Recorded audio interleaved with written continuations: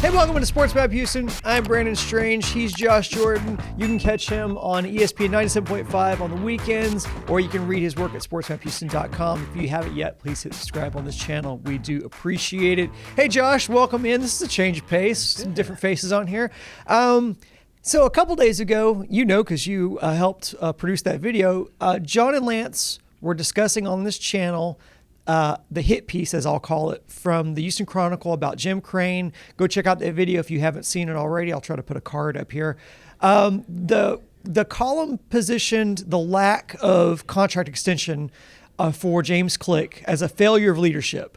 But you know well, because you work on our social media channels and read all the feedback, one of the main points of contention around James Click is that is whether he actually has made the Astros better or whether he's just done a good job of keeping Jeff Lunell's ship afloat, which is important too. I don't want to downgrade that. But here we are just a few days ahead of the ALDS.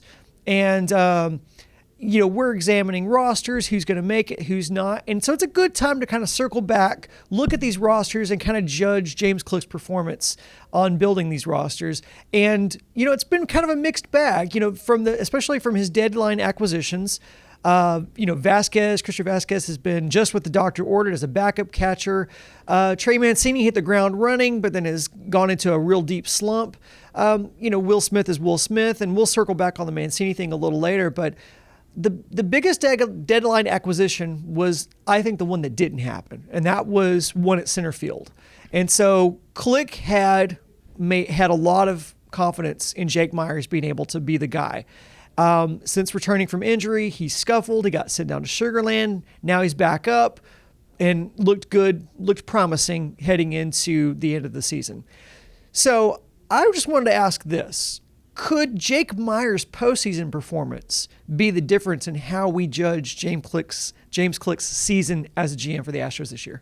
Absolutely, 100%. I think Jake Meyers could get James Click off the hook a little bit in Jim Crane's eyes if he performs well in the postseason, because right around the deadline, Click said, we're really confident in Jake Meyers. We're going to stick with him in center field, and that did not work.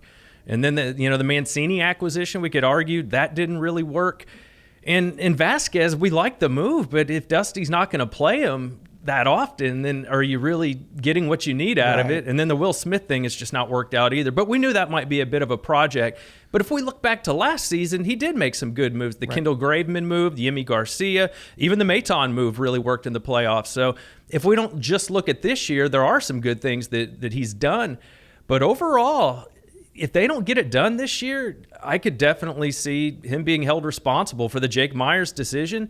But I'll tell you this, Click was on the flagship, I think just a few days ago, and he talked about Jake Meyers being one of the premier athletes in the whole organization.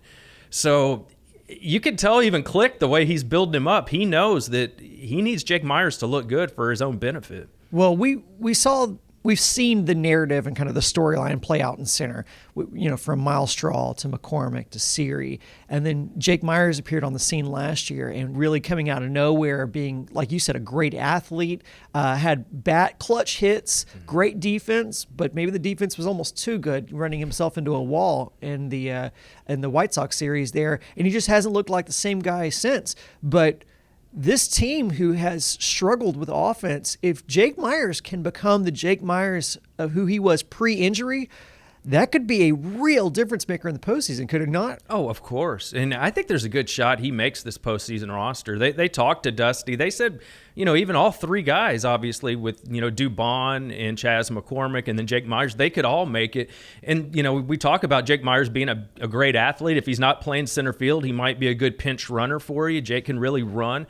So that's something there. But, we'll see. And Hensley's another guy I'm looking at. Is he going to make the postseason roster? So I'm glad you brought it. Let's talk about that, because that's a really good point, because that gets back to our point about Trey Mancini. He's a veteran, but not a lot of postseason experience.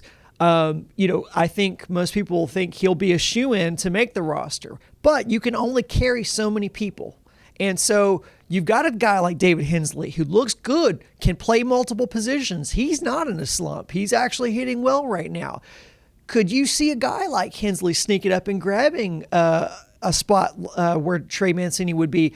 Otherwise, I mean, obviously Mancini's the bigger name. He's a deadline acquisition, so I'm sure that plays into it. Do you think that's enough for Mancini to make the roster over a guy like Hensley? I think if you're Click, it looks really terrible if the guy you traded for at the deadline, you don't even put him on the postseason roster. That's kind of admitting failure right there. Right. I don't know if he would do that. But what if we're just talking about production? I mean, Hensley's OPS is over 1,000. Wow. Mancini's not even hitting 200 since he's been with the Astros. So we're just looking at that. And then if you look at versatility too, Hensley can play every position on the infield. He can play some left field for you. There's just more upside with him for offense. And the good news is, I heard Dusty say the other day that there's a reason they played Chas McCormick in center field when Verlander pitched the other day, because he wanted for McCormick to see what it's like playing center, how the ball comes off the bat when Verlander's pitching, because Dusty admitted, like, hey, in the postseason, we may need that extra offense in the outfield from somebody like Chas McCormick. Like, Dubon may not get it done. And it's so refreshing to hear that Dusty sees that McCormick is obviously the better option. His OPS is over 700, where Dubon's is in the fives. And defensively, McCormick's actually the better defensive player according to pretty much all the metrics, except for Dubon has a slightly better arm.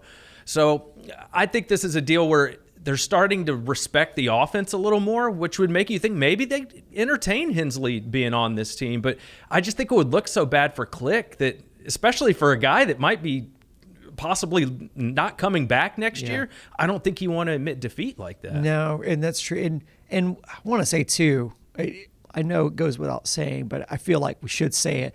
Trey Mancini seems like such a good dude, and this is not a testament to the kind of player he is. We're just talking about production. We're just talking about what's happening right now. And so we would never even say, oh, David Hensley's a better baseball player than Trey Mancini. That'd be stupid to say, because we haven't seen enough of Hensley on the big league level to make that judgment. But what we're saying is, taking a snapshot of performance as it is right now, who would you rather have at bats in a critical situation? Would you rather have David Hensley or Trey Mancini right now? Yeah, I mean, and that's the thing with Mancini. Not only does he strike out all the time and just breaking balls in the dirt, sometimes it's just 3 or 4 pitches he sees before he strikes out. But the other problem with Mancini, as we saw in the game a couple days ago, he hits into a ton of double plays too. Yeah. So not only is he striking out, you'd almost rather see him strike out than hit into all those double plays. So it's kind of a double whammy with him. He's just really fighting it.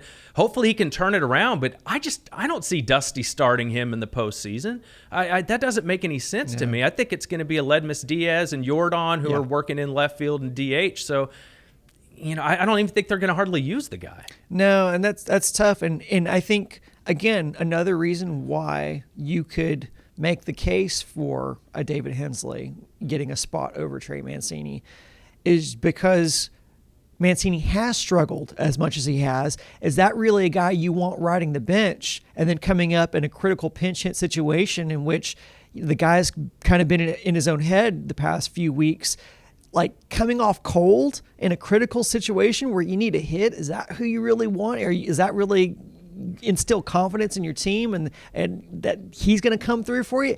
I just don't see it. Again, like, you also can't trust rookies in the postseason either. So, Hensley could come up and be a mess too, but we've also seen rookies do really well in the postseason. Because they don't know better, right? Yeah, exactly. and we saw it with Jake Myers last year. Yeah. And if Jake Myers doesn't hurt his shoulder against the White Sox, who knows how the postseason plays out after that? So it's really hard to know. It's obviously a lot of ifs. It's why, in Dusty, we're going to have to trust, because he's going to be the one guiding this ship over the next few weeks and hopefully back into the World Series again. And as we do that, we'll continue to talk about it here on this channel. Hopefully I get to do it again with you, Josh. Talk to you soon, brother. Appreciate it.